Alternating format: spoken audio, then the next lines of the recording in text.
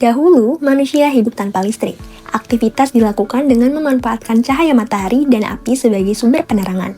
Namun, seiring berkembangnya zaman, listrik telah menjadi fondasi utama kehidupan modern. Hari ini, hampir seluruh aktivitas manusia bergantung pada listrik. Rumah, sekolah, rumah sakit, industri, hingga teknologi digital tidak dapat berjalan tanpa energi listrik.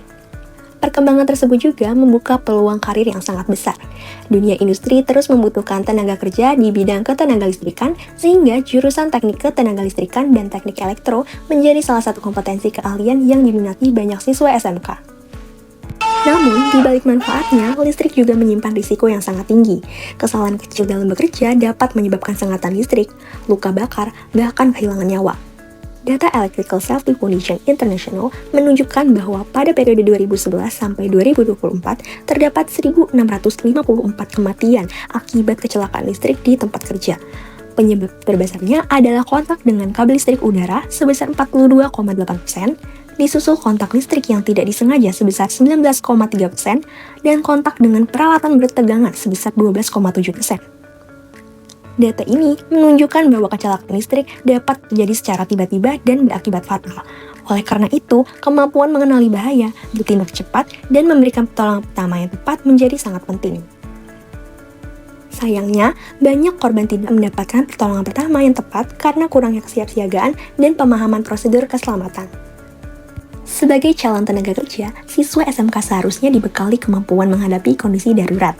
Namun, pembelajaran keselamatan dan kesehatan kerja masih didominasi teori, sehingga peserta didik belum memiliki pengalaman mengambil keputusan dalam situasi nyata.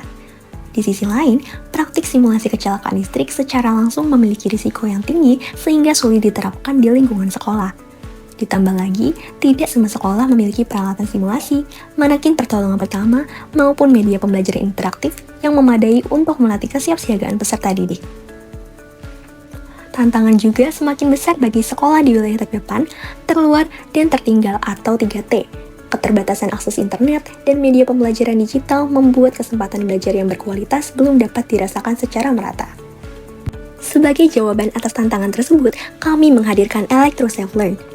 ElectroSafeLearn merupakan media pembelajaran interaktif berbasis aplikasi yang dirancang untuk melatih kesiapsiagaan dan mitigasi bencana kelistrikan melalui simulasi pengambilan keputusan dan pertolongan pertama secara aman, realistis, dan dapat diakses kapan saja.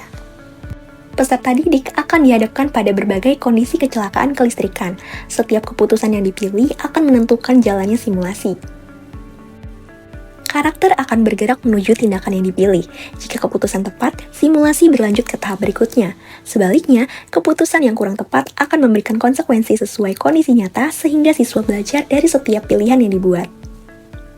Aplikasi ini tidak hanya memberikan hasil benar atau salah, setiap keputusan yang diambil peserta didik akan mempengaruhi jalannya simulasi hingga menghasilkan akhir yang berbeda.